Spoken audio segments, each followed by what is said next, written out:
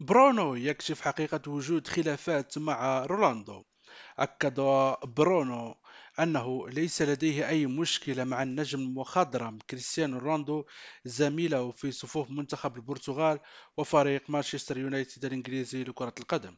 وكان رونالدو أدلى بتصريحات نارية في مقابلة أجراها مع محطة توك تيفي التلفزيون البريطانية مؤخرا، حيث قال إنه شعر بالخيانة من جانب إدارة يونايتد، وتحدث عن انهيار علاقته مع الهولندي إيريك تينهانغ المدير الفني للفريق الإنجليزي، منتقدا في الوقت نفسه عائلة جليزير المالكة للنادي.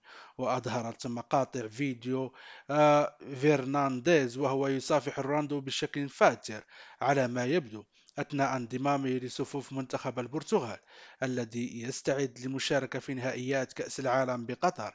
وصرح الفرنسي رافائيل فاران مدافع مانشستر يونايتد بأن تصريحات رولاندو المثيرة للجدل أثرت بشكل واضح على النادي.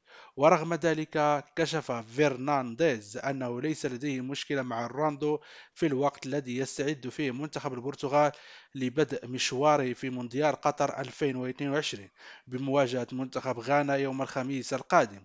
وقال فرنانديز لشبكة سكاي سبورت الرياضية: لم أتابع المقابلة ولذلك فالوضع بالنسبة لي على ما يرى.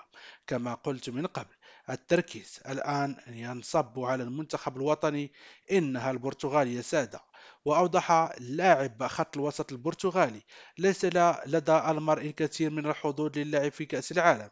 لقد ظهر كريستيانو بشكل جيد حقا في النسخ الأربع الأخيرة من المونديال، وستكون هذه النسخة الخامسة التي يشارك فيها، لذا فالجميع مستعد لذلك، والكل يريد أن يبذل قصارى جهده للفريق. وأضاف فرنانديز: هذا هو وقت المنتخب الوطني، مانشستر يونايتد سيكون شغل الشاغل بعد المونديال. واختتم فرنانديز تصريحاته قائلا: ليس لدي مشكلة مع أي شخص، سأقوم بواجبي، ينبغي على المرء أن يتحكم في نفسه وأن يقدم أفضل ما لديه، وهذا كل شيء.